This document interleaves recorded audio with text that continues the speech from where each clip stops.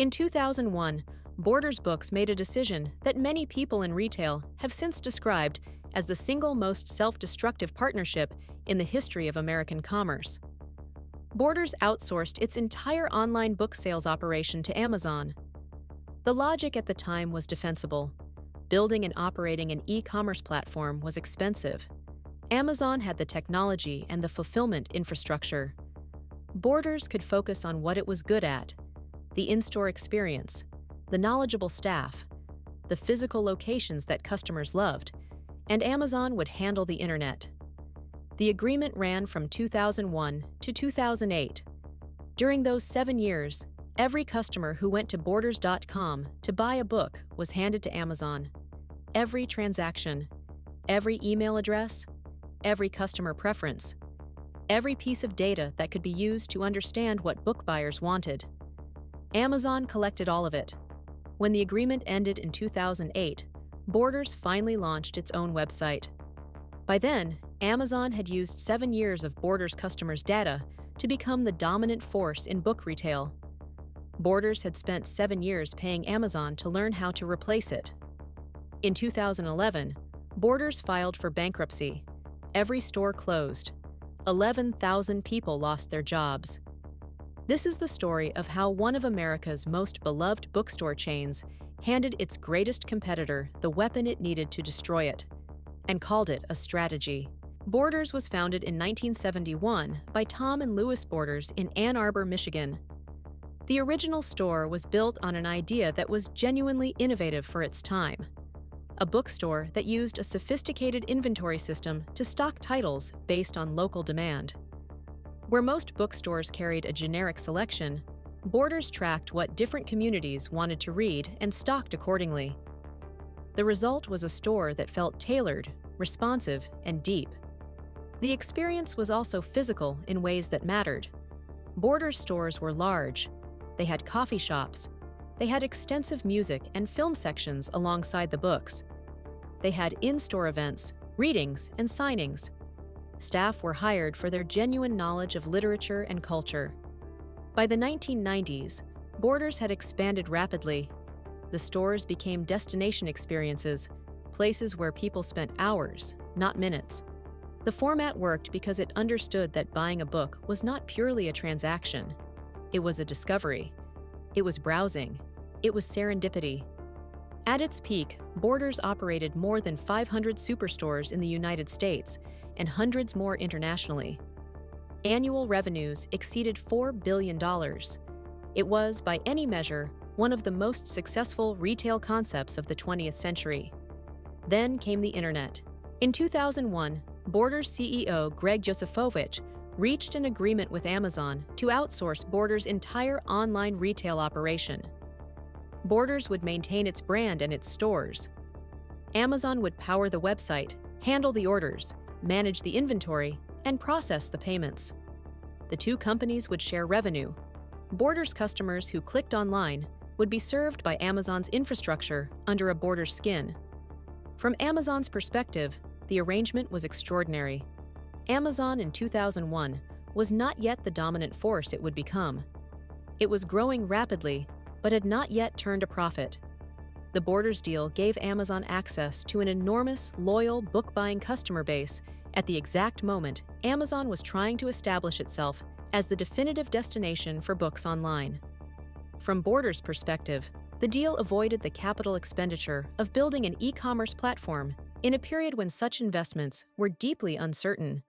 The dot-com crash had destroyed companies that had spent heavily on technology infrastructure. Borders saw capital efficiency. It saw focus. What it did not see was that it was outsourcing the future. Every customer preference, every search term, every abandoned cart, every repeat purchase, every email address. Amazon captured it all. And with every passing year of the agreement, Amazon's understanding of book buyers deepened while Borders remained operationally disconnected from the very channel that would define the next decade of retail. While Borders was paying Amazon to run its online store, Amazon was using that operation to fund its own transformation. By 2003, Amazon had become profitable for the first time. By By 2005, it had launched Amazon Prime, the subscription service that would, over time, make buying anything from Amazon the path of least resistance for millions of households. By 2007, Amazon launched the Kindle, fundamentally challenging the physical format of books themselves. Borders watched all of this from the outside. The company's physical store model, meanwhile, was coming under pressure from multiple directions simultaneously. Barnes & Noble, its primary brick-and-mortar competitor, had built its own e-commerce operation and was investing aggressively in its Nook digital reader. Walmart and Costco were selling bestsellers at below-cost prices as loss leaders. The superstore format that Borders had pioneered in the 1990s was being eroded from every direction. Borders' response was to double down on physical retail at precisely the moment it should have been investing in digital. It signed long-term leases on large stores. It expanded internationally. It added music and film inventory at the exact moment that iTunes and Netflix were making physical media obsolete. By the time Borders ended its Amazon agreement and launched Borders.com in 2008, it was attempting to build an online retail operation while carrying the cost structure of a 500-store physical empire, against a competitor that had spent 7 years accumulating everything it needed to win. The 2008 financial crisis hit Borders at the worst possible time. Consumer discretionary spending contracted sharply. Books and music, Borders' core categories, were among the first purchases cut from household budgets. The same recession that squeezed every retailer was amplified for Borders by the secular decline of physical media and the structural cost of its large format stores. Borders had also accumulated significant debt through its expansion years. The interest payments on that debt consumed cash that should have gone to restructuring. The company attempted to renegotiate leases. It cut staff. It explored strategic partnerships. In 2009, the company's auditors issued a going concern warning, the formal accounting designation that a business may not be able to continue operating. Borders suppliers began demanding advance payment for inventory. The company's ability to keep its shelves stocked was directly threatened. Between 2008 and 2010, Borders closed more than 200 stores.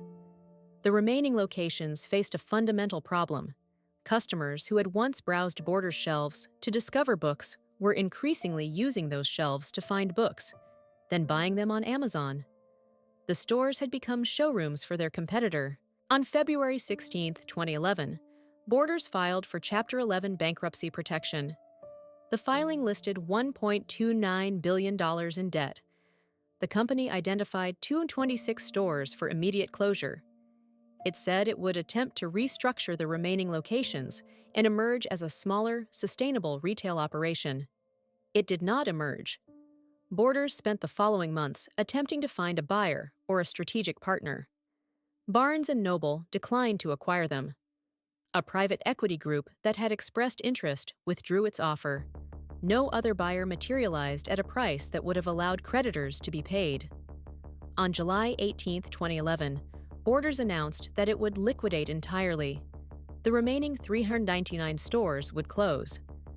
The liquidation sales began. The shelves were emptied. The fixtures were sold. The leases were abandoned. The last Borders store closed in September 2011. 40 years after Tom and Louis Borders opened their first store in Ann Arbor, the company was gone. 11,000 employees lost their jobs.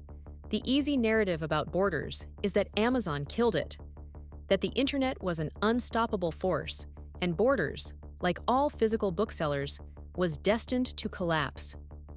This narrative is incomplete. Barnes & Noble, facing the same internet, the same Amazon, the same shift to digital reading, survived. Smaller independent bookstores, the stores that Borders and Barnes & Noble had spent decades displacing, have experienced a renaissance since 2011. Physical books have not disappeared. The book-buying customer has not disappeared. What Borders lost was not the category, it was the relationship.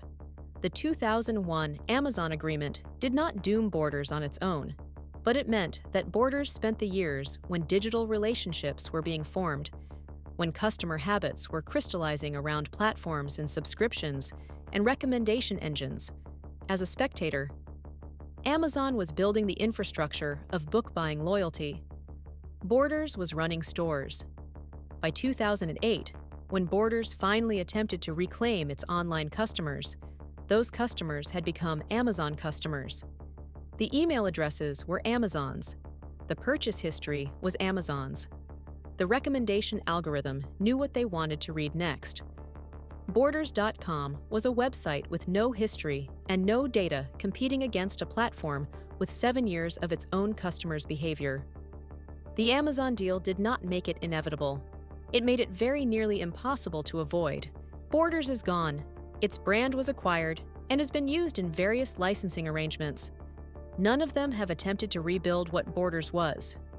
What Borders left behind is a lesson about the nature of data in the digital economy, one that was not obvious in 2001, but became obvious shortly afterward.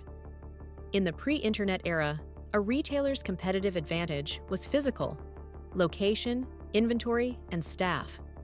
In the internet era, those advantages still matter, but they are subordinate to a different advantage: the accumulated understanding of your customer. Borders outsourced its customer relationships to Amazon at the exact moment those relationships were becoming the most valuable asset in retail.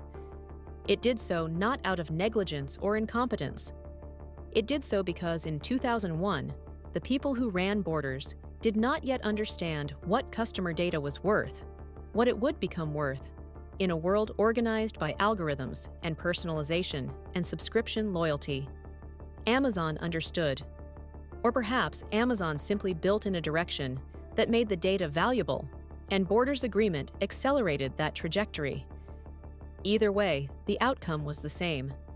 The bookstore that built Amazon's book business had its own business taken by Amazon, and when it finally noticed, it was too late to do anything about it.